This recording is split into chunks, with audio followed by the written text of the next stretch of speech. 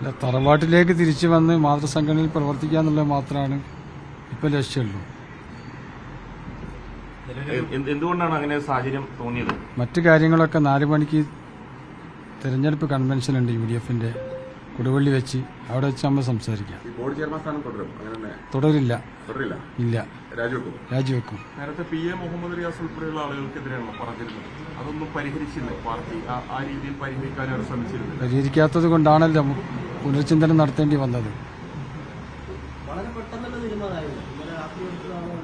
രാത്രി എടുത്ത തീരുമാനം. ഉപാധികളൊന്നുമില്ല. വിശ്വാസമാണ് പാർട്ടിയെ, പ്രത്യേകിച്ച് തങ്ങളുടെയും കുഞ്ഞാൽ സാഹിബിനെയും മുനീർ സാഹിബിനെയും ഒക്കെ വിശ്വാസമാണ്. ഇനി പാർട്ടിയിൽ സജീവമായിട്ട് ഉണ്ടാവും. തീർച്ചയായിട്ടും 10 കൊല്ലം പിന്നെ പ്രവർത്തിക്കാത്തത് അതിന്റെ ഡബിൾ മടങ്ങ് പ്രവർത്തിച്ച് മുമ്പോട്ട് പോകാനാണ് ആഗ്രഹിക്കുന്നത്. ഈ ലീഗ് വിട്ടുപോയവർക്ക് പ്രവർത്തിക്കാൻ പറ്റാത്ത ഒരു പ്രസ്ഥാനമാണോ CPM-ഉം LDF ഒക്കെ? അല്ല, ചേർത്ത് പിടിക്കുന്നതിൽ പരാജയമാണ്.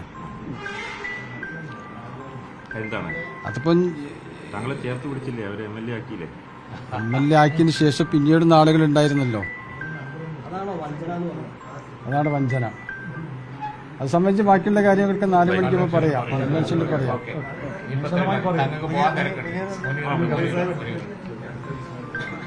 ഒരു സന്തോഷ മുഹൂർത്തമാണ്. എനിക്കുള്ള വ്യക്തിപരമായ സന്തോഷം, ഞാൻ അദ്ദേഹത്തിനെതിരെ മത്സരിച്ച ആളാണ്. അപ്പോൾ അദ്ദേഹത്തോട് ഞാൻ വ്യക്തിയോട് മാത്രമല്ല അദ്ദേഹത്തിൻ്റെ ഹൃദയത്തോടും ഞാൻ മത്സരിച്ചിരുന്നു എന്നുള്ളതാണ് അദ്ദേഹത്തിൻ്റെ തിരിച്ചുവരവിലൂടെ ഞാൻ മനസ്സിലാക്കുന്നത്. ഇങ്ങനെ തന്നെയായിരുന്നു മഞ്ഞളാംകുഴി അലി സാഹിബുമായിട്ട് ഞാൻ മത്സരിച്ചു, അദ്ദേഹം തിരിച്ചെത്തി. അങ്ങനെ ഓരോരുത്തരായിട്ട് വരട്ടെ. ഇനി ദേവർകോവിലാണ് ഇനി വരാനുള്ളത്.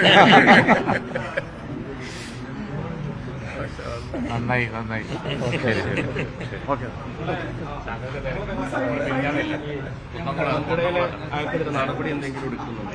ആര് എടുത്തല്ലോ? കുന്നത്തോമ്പിന് നടപടി എടുത്തിട്ടില്ലല്ലോ. ഓ, അതേ പാർട്ടിയുടെ പ്രാഥമിക അംഗത്വത്തിൽ ഇന്നലെ സസ്പെൻഡ് ചെയ്തല്ലോ.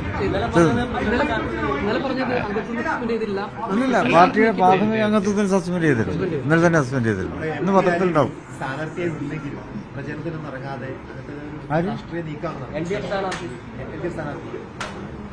LDF സ്ഥാനാർത്ഥിയില്ല, ഇയാൾ വന്നപ്പോ കുന്നത്തുമ്പ് LDF സ്ഥാനാർത്ഥിയായിട്ട് വന്നതല്ലേ.